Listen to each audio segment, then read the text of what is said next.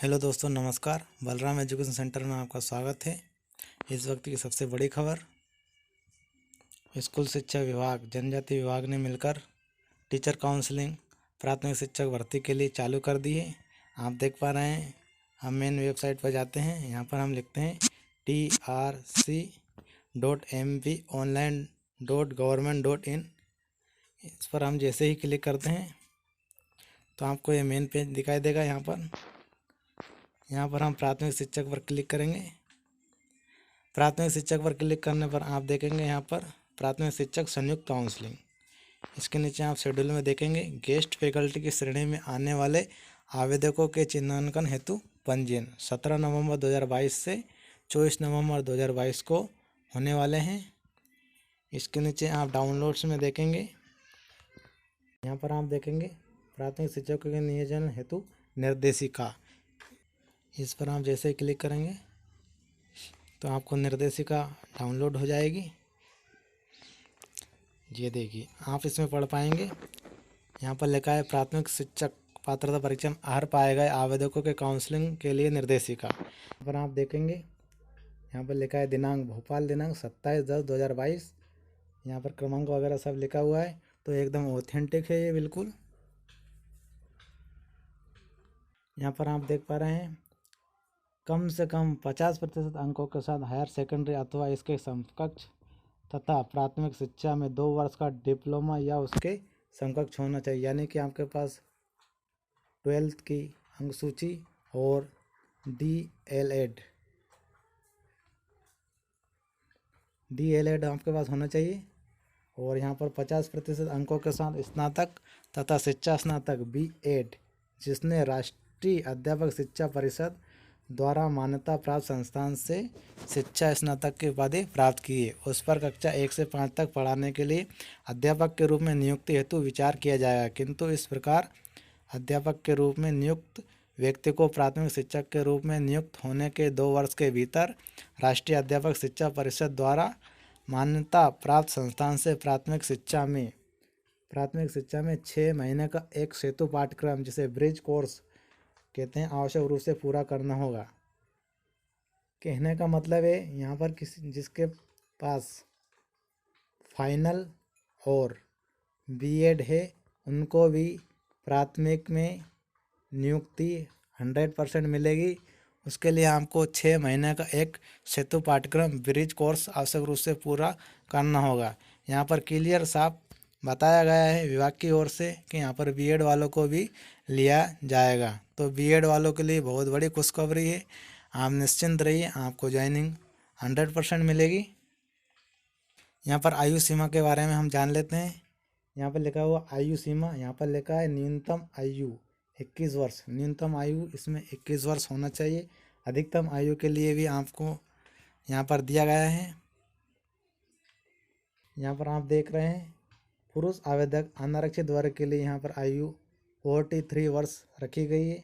महिला आवेदक अनारक्षित वर्ग के लिए 48 रखी गई है। पुरुष महिला मध्य प्रदेश शासन के नियम निगम मंडल स्वशासी संस्था के कर्मचारी तथा नगर सैनिकों के लिए 48 वर्ष रखी गई है। यहाँ पर पुरुष महिला मध्य प्रदेश के आरक्षित वर्ग जैसे अनुसूचित जाति, अनुसूचित जनजाति एवं अन्य पिछड़ा वर्ग के लिए यहाँ पर 48 वर्ष रखी गई है। दिव्यांगजन आवेदकों के लिए यहाँ पर आयु 48 वर्ष रखी गई है। कहने का मतलब ये है कि यहाँ पर सभी के लिए 48 वर्ष रखी गई है। सिर्फ पुरुष आवेदक अनारक्षित वर्ग को छोड़कर उनकी 43 वर्ष रखी गई है, 43 वर्ष उनकी रखी गई है। यहाँ पर आप देख पा रहे हैं अतिथि शिक्षक जिनके द्वारा न्यूनतम 3 शैक्षणिक सत्रों में एवं न्यूनतम 200 दिवस मध्य प्रदेश के शासकीय विद्यालयों में अतिथि शिक्षक के रूप में अध्यापन कार्य किया गया हो, उनकी अधिकतम आयु सीमा। यहाँ पर पुरुष आवेदक अनारक्षित वर्ग के लिए 52 यानी कि 52 वर्ष, महिला आवेदक अनारक्षित वर्ग के लिए 57 वर्ष। यहाँ पर अतिथि शिक्षक जो है पुरुष आवेदक अनारक्षित वर्ग उनके लिए 52 वर्ष रखा गया है और बाकी सभी के लिए 57 वर्ष एज अधिकतम आयु रखी गई है। यहाँ पर ध्यान देने योग्य महत्वपूर्ण बात यह है कि यहाँ पर न्यूनतम एवं अधिकतम आयु की गणना दिनांक 1/1/2022 के आधार पर की जाएगी। यानी 1 जनवरी 2022 के आधार पर यहाँ पर न्यूनतम एवं अधिकतम आयु की गणना की जाएगी। यहाँ पर स्पष्ट लिखा है न्यूनतम एवं अधिकतम आयु की गणना दिनांक 1/1/2022 के आधार पर की जाएगी। यहाँ पर आरक्षण हॉरिजॉन्टल है। महिलाओं के लिए 50% पद, भूतपूर्व सैनिकों के लिए 10% पद और अतिथि शिक्षकों के लिए जिन्होंने 3 शैक्षणिक सत्र में न्यूनतम 200 दिवस शासकीय विद्यालयों में अतिथि शिक्षक के रूप में अध्यापन कार्य किया गया है, उनको 25% आरक्षण यहाँ पर दिया गया है। परंतु अतिथि शिक्षक के लिए आरक्षित पदों की पूर्ति नहीं हो पाने की स्थिति में रिक्त रहे पदों को अन्य पात्रताधारी अभ्यर्थियों से भरा जाएगा। यहाँ पर स्पष्ट विभाग ने किया है कि महिलाओं के लिए 50% पद हैं, भूतपूर्व सैनिकों के लिए 10% और अतिथि शिक्षकों को यहाँ पर 25% आरक्षण का लाभ दिया गया है। विभाग ने यहाँ पर क्लियर साफ मेंशन किया है कि अतिथि शिक्षक के लिए आरक्षित पदों की पूर्ति नहीं हो पाने की स्थिति में रिक्त रहे पदों को अन्य पात्रताधारी अभ्यर्थियों से भरा जाएगा।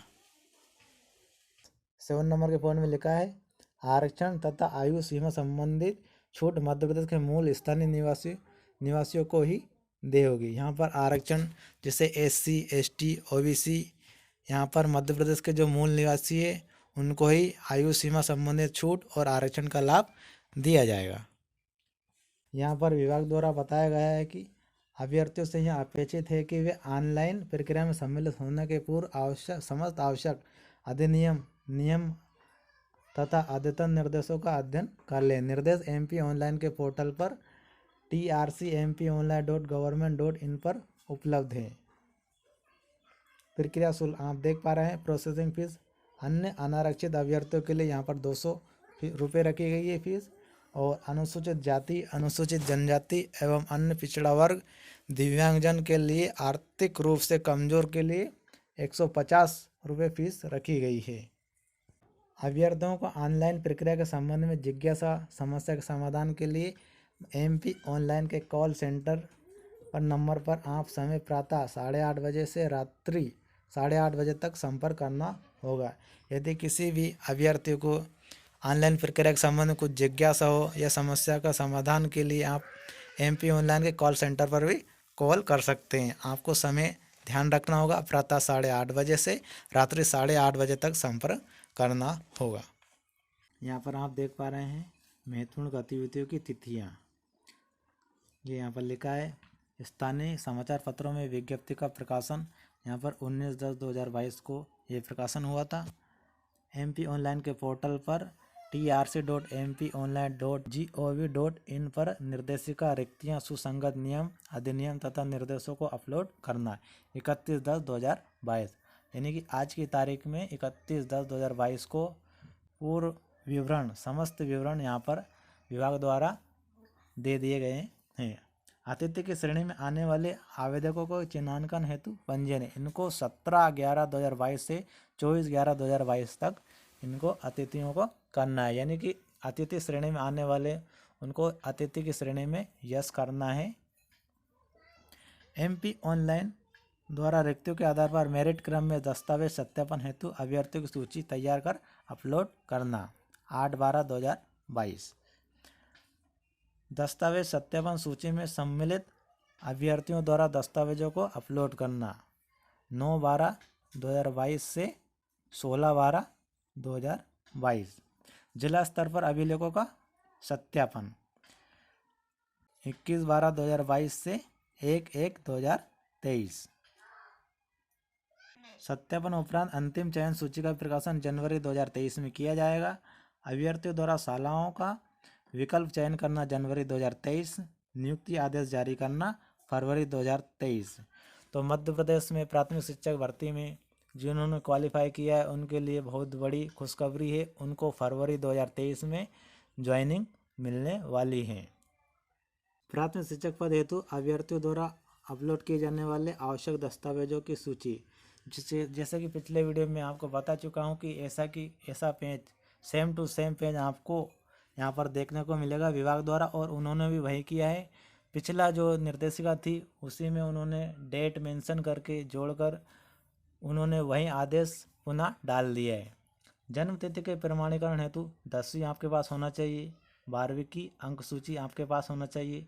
स्नातक उपाधि की अंक सूची लागू होने की दशा में, स्नातक उपाधि की अंक सूची उन लोगों के लिए, उन अभ्यर्थियों के लिए है जिन्होंने बीएड किया है। आरक्षण का लाभ प्राप्त करने वाले अभ्यर्थी अनुसूचित जाति, अनुसूचित जनजाति, अन्य पिछड़ा वर्ग, आर्थिक रूप से कमजोर जो भी हो, जाति प्रमाण पत्र उनके लिए आवश्यक है और जाति प्रमाण पत्र उनको लगाना होगा। अभ्यर्थी मध्य प्रदेश के निवासी यदि है तो अन्य निवासी प्रमाण पत्र आरक्षण का लाभ लेने की स्थिति में अतिथि शिक्षक अनुभव से संबंधित सक्षम अधिकारी द्वारा जारी प्रमाण पत्र, अतिथि शिक्षकों के लिए अतिथि शिक्षक अनुभव का प्रमाण पत्र उनको अपलोड करना होगा। यदि अभ्यर्थी दिव्यांग हो, भूतपूर्व सैनिक हो, भूतपूर्व सैनिक की स्थिति में सक्षम अधिकारी द्वारा जारी वैध नवीनतम डिजिटल प्रमाण पत्र लागू होने की दशा में, बीएड की अंक सूची सभी सेमेस्टर वर्षों की, डीएलएड की अंक सूची सभी सेमेस्टर वर्षों की होना अभ्यर्थियों के पास अनिवार्य है। उपनाम परिवर्तन की स्थिति में शपथ पत्र, नाम एवं उपनाम दोनों परिवर्तन की स्थिति में राजपत्र में परिवर्तित नाम के प्रकाशन की प्रति लागू होने की दशा में, यदि आपका उपनाम परिवर्तन हुआ हो, आपके नाम या किसी भी के अभ्यर्थी के नाम में कोई स्पेलिंग मिस्टेक हो तो वह शपथ पत्र बनवा लें। तो ये थी प्राथमिक शिक्षक भर्ती संबंधित जानकारी जो हमने आपको उपलब्ध करवाई। यदि आपको अच्छा लगे तो लाइक करें।